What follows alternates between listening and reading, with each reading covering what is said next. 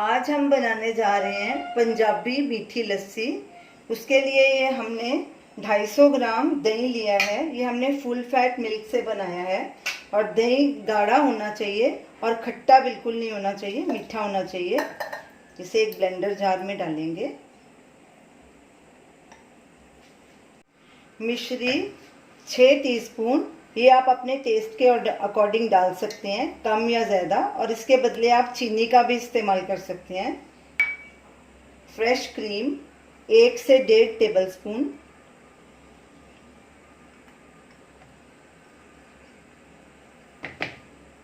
Crush की हुई ice 1/2 cup.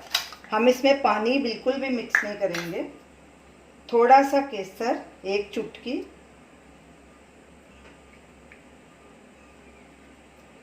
अब इन सब चीज़ों को ब्लेंड कर लेंगे। सब चीज़ों को अच्छे से ब्लेंड कर लिया। ये हमारी पंजाबी मीठी लस्सी तैयार है। अब इसे एक ग्लास में डालेंगे। ये देखिए कितनी गाढ़ी लस्सी बनी है। अब इसे केसर के साथ गार्निश करेंगे। थोड़ा सा ऊपर केसर डालेंगे और इसे सर्व करेंगे।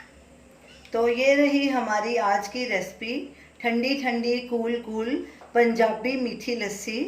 इसे गर्मियों में ज़रूर बनाइए। ये शरीर को बहुत ठंडक देती है और काफ़ी राहत मिलती है इसे पीने से। इसे ज़रूर ट्राई कीजिए और हमें अपना फीडबैक दीजिए।